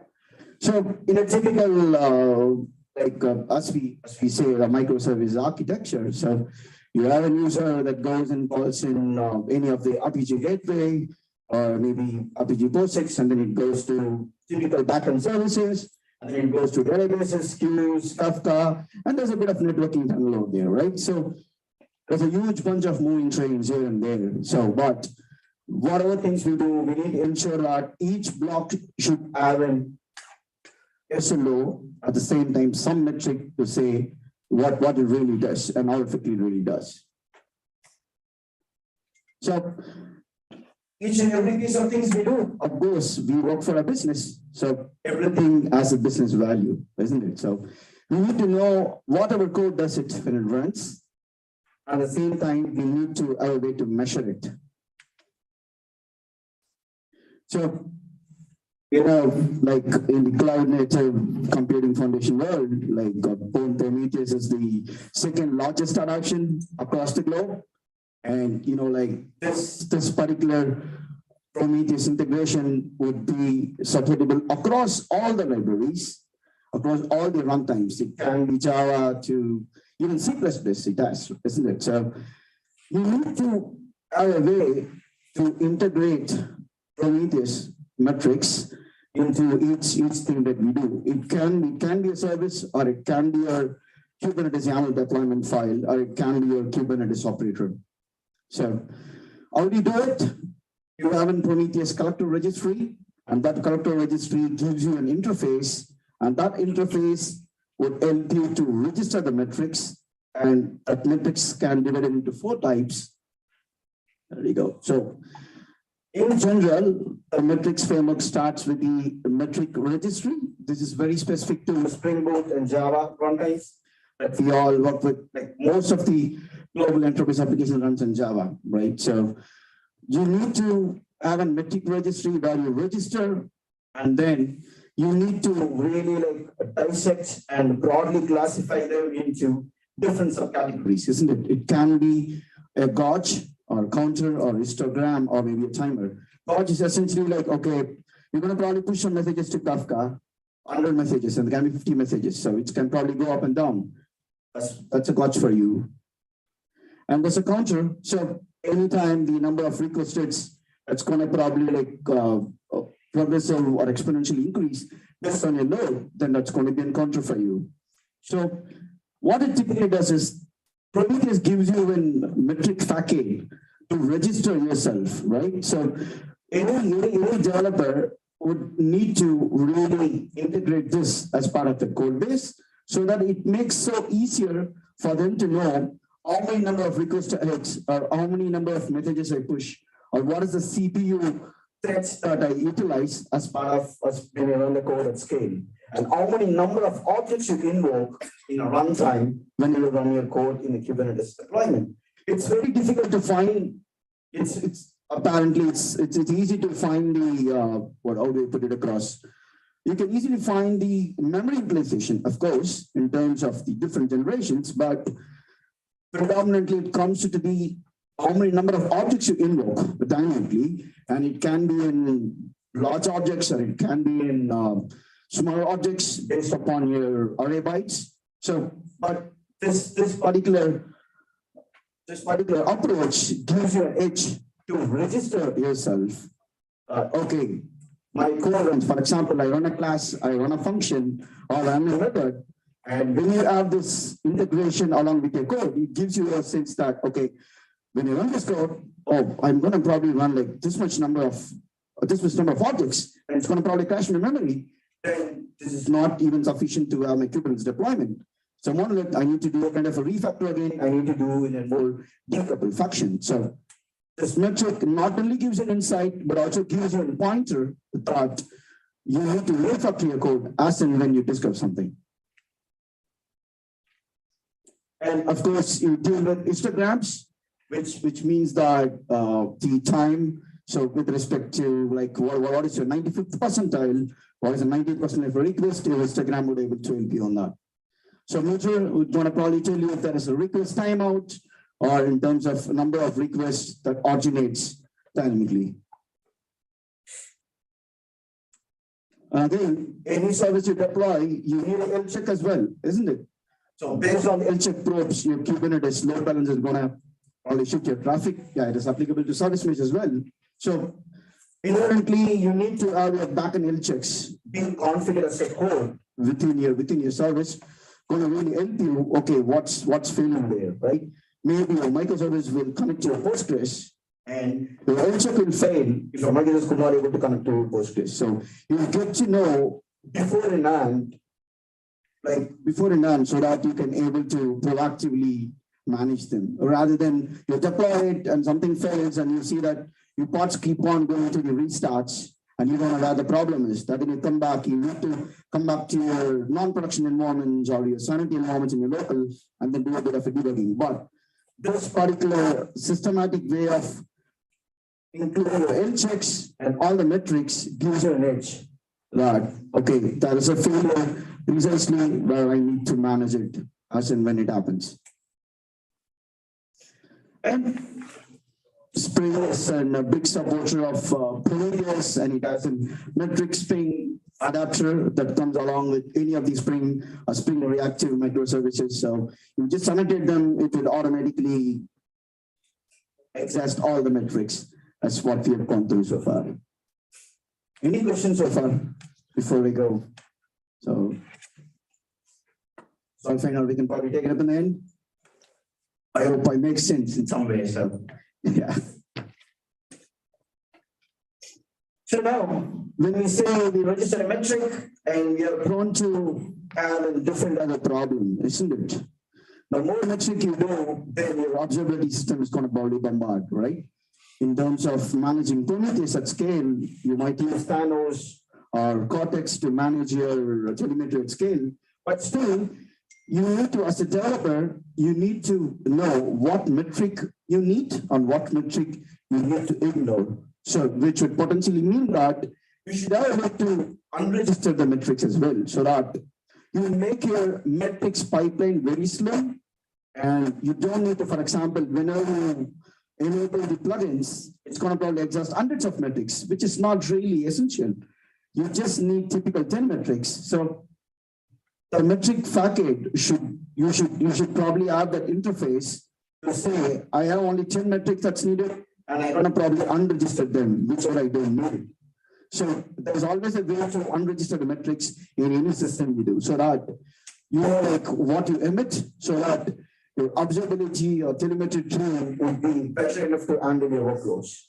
It's not that you need to keep scaling the observability. There's a cost associated with that.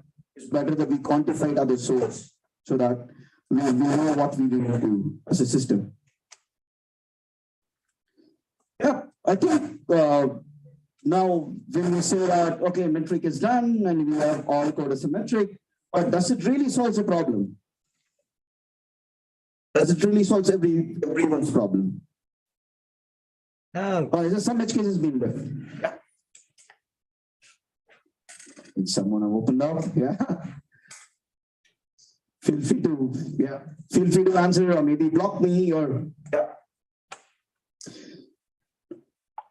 The first thing you should tell us is the type of instrumentation, and to know everything, we have a two type of instrumentation in monitoring in Prometheus.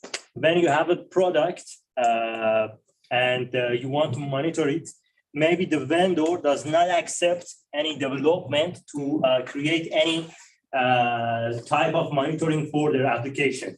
And this is the time exporter comes into the Prometheus. So for example, if you have a MySQL instance and you want to monitor the MySQL, the first step is the MySQL vendor, and the developers should adopt their application with the Prometheus and integrate Prometheus to their application.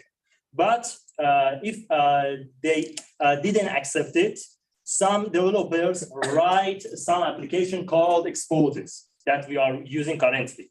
On the other hand, if your developers accept to adopt the monitoring purposes, adopt their application for monitoring purposes to the Prometheus or something else, they have to use some SDKs in their application to instrument their application and adopt it to the something like Prometheus. It's not just about the Prometheus. If you use Neuralink, you can just do it. If you use Jagger, or if you use OpenMetric, OpenTelemetry, any application, you can do it and instrument your application to the monitoring system. And it's the way you should know. If your developer team has any previous knowledge about the Prometheus or the monitoring application, it should be better to adopt their application directly with the primitives, to get rid of any exporter, to get rid of any third-party application to monitor the system. That's a valid observation. Yeah, thanks for that. So, as you rightly pointed out, so you need to have an instrumenting your applications, and that's one of the cloud native principles, isn't it? So, the 12 cloud native principle factor clearly says that you need to have a way to observe on whatever you build. So that's why you become cloud native. Let's say you go to AWS, you can't have AWS Cloud Watch as an expert to do that. You can't just go with Azure Monitor, or you're going to go with OpenShift way of doing things. Now to become more cloud native, you need to have a Prometheus way of dealing with things. Yeah, that's a valid point. Yeah. So with everything is there, but still there's a problem, isn't it? So again, I can't expect my Prometheus to be so embedded in a seamless fashion so that it gives me everything. Not really. It's again intrusive way of dealing with things, isn't it? When I say intrusive, for example, your Prometheus metric would also come as a binary, right? It also run in a separate thread. Let's say if that fails, what would be the scenario? So there's always a single point of failure, whatever things we do, right? Then how are you going to mitigate it? So mitigation is to go back to older school, right? It's to go back to older school, go back to your Linux way of working, and there's something really interesting. Let's go and see now. Yeah. If you've heard about the Linux kernel, right? So I presume most of our workloads on the Linux kernel, isn't it? So the Linux kernel is useful for implementing your networking, observability, security features, and everything. And there's a thing called extended Berkeley packet filter, eBPF, right? This is not an acronym. This is more of a kernel technology that runs along with your kernel code, but it runs as a separate daemon that would be able to interrupt your system calls, interrupt your network calls, and interrupt your disk calls, and interrupt your even other interface network call as well. So that your eBPF would be more than well equipped and systemized, so you can able to get the metric from the host, right? You don't need to add one more laying on your runtime to do that. You can still use this eBPF exporters to do at the kernel level, because that's where everything originates from, right? You have a system space, you have your user space, but without interrupting my system space, I should have a user-defined exporter or a binary that could able to intercept your system calls in a non-intrusive way and expose them in a metrical way. Then that's a real signature what we need to work with. And when you see eBPF, there's a lot of traction in the CNCF, and there's a lot of things being presented in the CNCF conf very recently, and most of the people are started adapting to it because something happens in the Kubernetes layer. For example, you manage too much of weapon nodes. There's a lot of context switches. There's a lot of steel CPU comes along with that, isn't it? And in terms of digging into the network interface, you may use, say, Cilium, Tecknuovo. There's a lot of other CNI control planes available, but you need to have a cloud native way to observe it. I can't just get the cyber metrics out of it, because if you go to Google Cloud, it has its own networking panel, even Azure has its own CNI. But when we wanted to have my own cluster and wanted to measure in a more non-intrusive way from my kernel layer, then eBPF is the only option that has been recently investigated, and it has been graduated in CNCF as well. Yeah. Let's come to CNCF, what it really does, right? So BPF is a Berkeley packet filter. It's part of the Linux kernel system modeling. It's been invented just a decade back. But what is it extended BPF does? Extended BPF is more like it is being moderated, and it has given more control, and it is more performance related API, where it comes up with a just-in-time compiler, where it could able to do things as an API mode. And at the same time, it is very non-intrusive. It's going to probably stay very lightweight.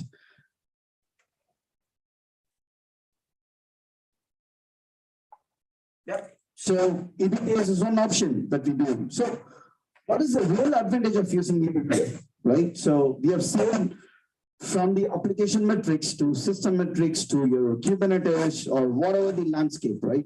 Top to bottom. Now, if you see the overall landscape, right? We always, every company of sort more proud of reducing the carbon footprint. They want to go into the more greener world, isn't it? So, and I'm being from Maersk, I think we made a strong initiative to go in a greener world where we wanted to reduce the carbon footprint. So we have recently done with this engagement where we wanted to reduce your carbon footprint. And in terms of the workloads that you're running, how do you really do that?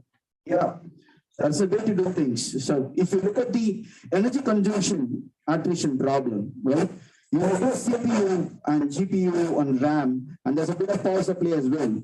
If you look at the X percentage of CPU goes to your container, and 50% of CPU goes to your more process and more container workloads you run.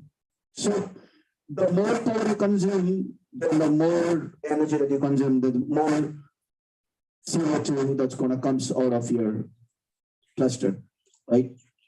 So we have to have a way to understand the power consumption on the workload you run.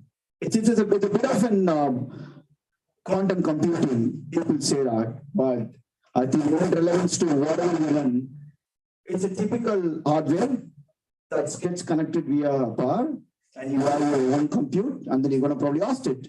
So the more workloads you run, let's say it can be Azure, GCP, and AWS cloud, but that predominantly runs on a data center. The more data center we consume, the more carbon footprint we do. So it's not going to do a great deal to the world, isn't it? So we have one future generations that needs to live a very modern and as well as the green life. So are we going to probably really solve this? So if you see the power consumption is attributed with resource usage of different tunnels that we used. So to sum up everything together, use software counters to measure power consumption on what hardware resource you utilize. And there's a bit of an ML model that's going to help you to enrich your data, but you can able to measure them. And this has been recently been discovered, and there's also been part of CNCF. There's a thing called Kubernetes-based efficient power level exporter. So it's going to give you the power level energy. Let's say you have a namespace within the cluster, and the namespace will get like hundreds of pods, or maybe like in a cluster, you have probably too much of pods. That pod utilization would depend on the workloads it runs. But this particular exporter, the Prometheus way of dealing with things, can able to tell you how much energy that you can exhaust over a period of time. And it also comes back to the how effectively you utilize your computing power to run your business. So that's where it signifies. And there's a bit of data presentation, of course, it's cloud native. Prometheus is there, and we have data modeling in terms of getting the CPU stats, memory, and GPU and disk stats. Yeah. So, and there's an aggregation that does at the Kubernetes layer, and the data collection is again done by eBPF. That's what we spoke earlier. And there's a way of working. I think you can feel free to just go through this thing. It sounds really interesting, and is one of the things that we are trying out within our company. Yeah. That's it. Yeah.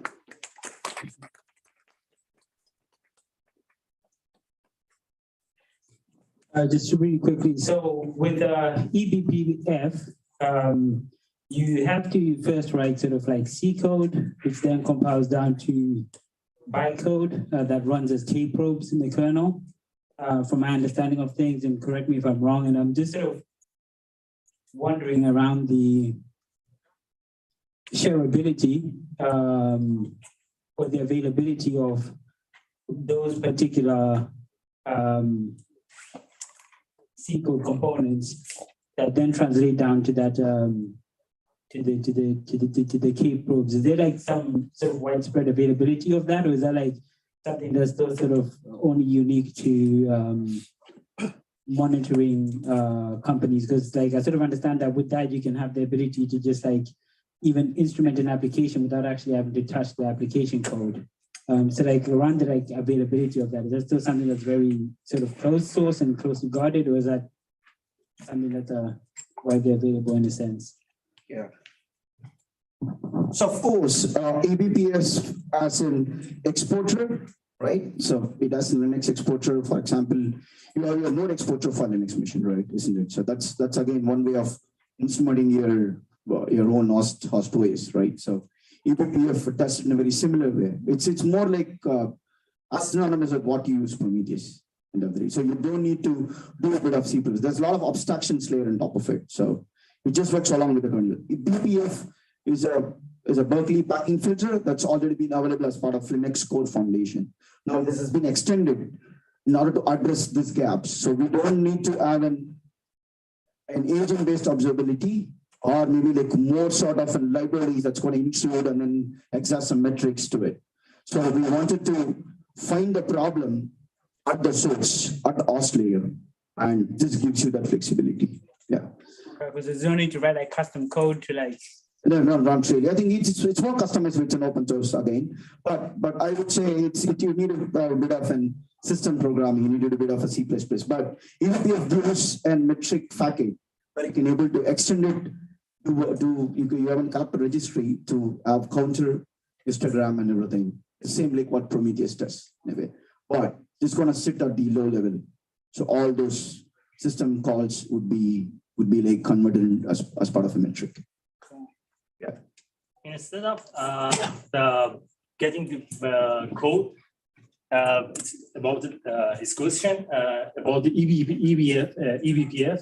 Instead of writing your code and get it to binary code, currently containerized system like Docker, Kubernetes, something else use the seccomp eBPF, and you can write your rules into some JSON code with the JSON syntax, and then when you want to run your container, your process, the main process, you can put it into the container engine, and when the container willing to coming up, this code loads first for your need, and because seccomp eBPF is a JIT compiler, has a JIT compiler, and you don't need to use API as a binary interface. It just uses the API to inject the rules anyone you need to the environment, into the sandbox, your container and the process running in that, just like that. Thanks a lot. Yeah, we are out of time. Of course. So, my Apologies, please. Yeah.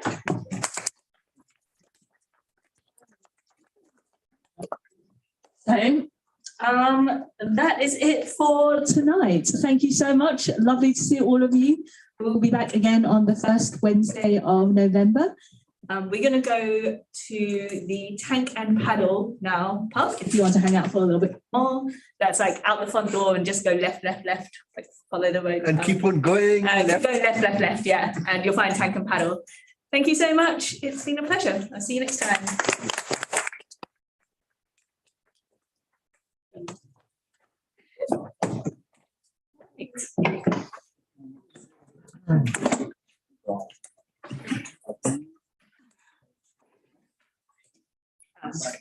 Yes, he lost his chance to be listened correctly.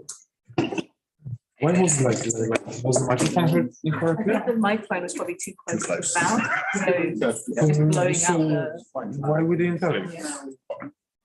Yeah. Yeah. I wanted to, but I didn't want to like jump out. The distortion was just painful. Yes. But why nobody told quite you? loud. The distortion was really loud. Why nobody because told you? I was considering, and then I thought it might be a might not be appropriate, but you're right, we should have done that. Yes. I usually like jump out first, but then I have something like to complain about, and then I'm scared to jump and say, I want to say, cool.